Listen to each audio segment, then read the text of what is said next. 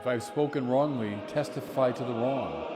But if I have spoken rightly, why do you strike me? My kingdom does not belong to this world. You say I am a king.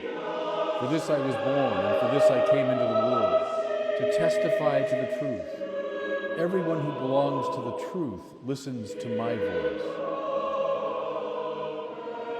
I thirst.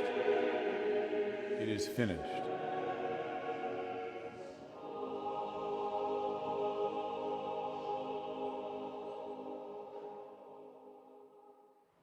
They speculate that the ancient Persians probably invented crucifixion, but there's no doubt that the Romans brought it to a kind of perfection. The condemned person was made to carry, they think, the cross beam, not the whole cross, but the cross beam, out to the place of crucifixion. And there it was set onto a beam that was already standing. They were stripped naked. That was part of the torture of the cross, was the humiliation of it. And you heard that in the story today, that they crucified Jesus in a very public place, right near the city walls, so people coming and going would see. They fixed them to the cross either with ropes or with nails. There's archaeological evidence of these giant Roman nails that were used. And at that point would commence this literally excruciating pain. So our word for the worst kind of pain, excruce, from the cross. Because as the person would labor to breathe, he'd have to rock up and down on the crucified hands and feet. This would go on for hours or for days in some cases. And when the person died, the body was typically left on the cross to the elements and to the wild animals. Here's the great question, everybody, and it echoes up and down the Christian centuries. Why in the world do we gather here and look intently at that moment? People coming from the ancient world in the time machine, seeing us here in a religious place, gazing at a crucified person, would think we'd lost our minds. Well, can I suggest an interpretation given by Jesus himself? He says, as the serpent was lifted up in the desert, so the Son of Man must be lifted up. The reference is to that story in the book of Numbers. Remember, the people of Israel are bitten by these seraph serpents, and many are dying. And Moses is told, make a bronze serpent, put it on a pole, and lift it up, and those who are bitten and look at it will be healed. So the Son of Man must be lifted up, so that we who look at him are healed. Well, what could this possibly mean? Anyone who's been through counseling or therapy or spiritual direction, anyone that's wrestled with fears and anxieties, knows the answer is never found in denying or repressing or running from fears, but rather in what? In looking at them, in seeing them. You know, in the Buddhist spiritual tradition, there's a saying, invite your fears in for tea. See, and the idea is you've thereby disassociated yourself from your fears. Here I am, and there are my fears. In the very act of looking at them, we disempower them. Now, look, everybody, as we're expected to do today, look at that cross. What do we see? Everything that frightens us. Physical suffering, yes, at the limit. Bodily pain, yes. The dissolution of the body, yes.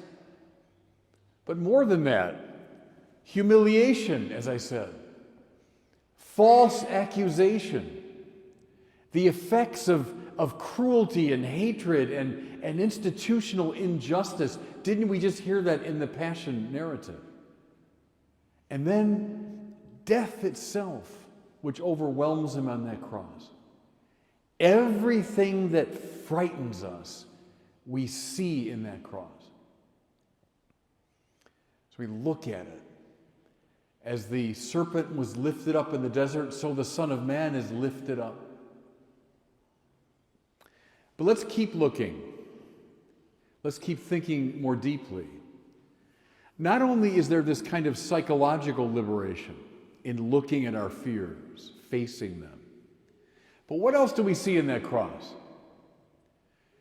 We see the God who has accompanied us all the way down.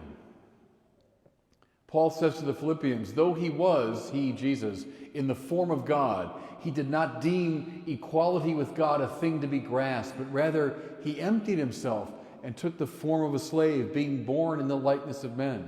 He was known to be of human estate, and it was thus that he humbled himself, obediently accepting death, even death on a cross. The Son of God, in all his glory, came all the way down into our humiliation, into our physical suffering, into our fear of death, into the effects of false accusation and institutional injustice and cruelty and hatred. God came all the way down. So that now we know, even in our worst fears, that we are accompanied by the divine love.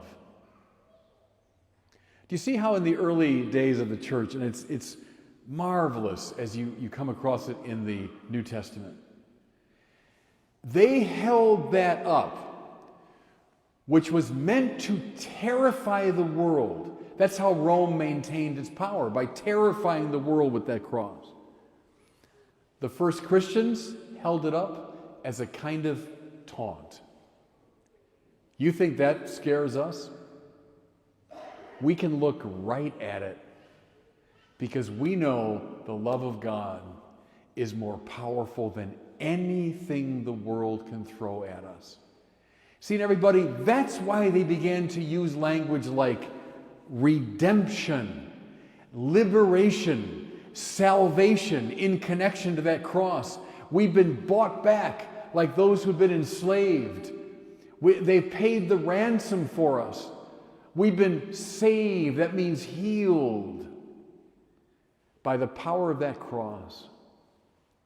And that's why today, in the course of this whole liturgy, we're meant to look at the cross, that terrible cross in which all of our fears reside. But we reverence it also as the place of our salvation, because on that cross, God accompanies us all the way down.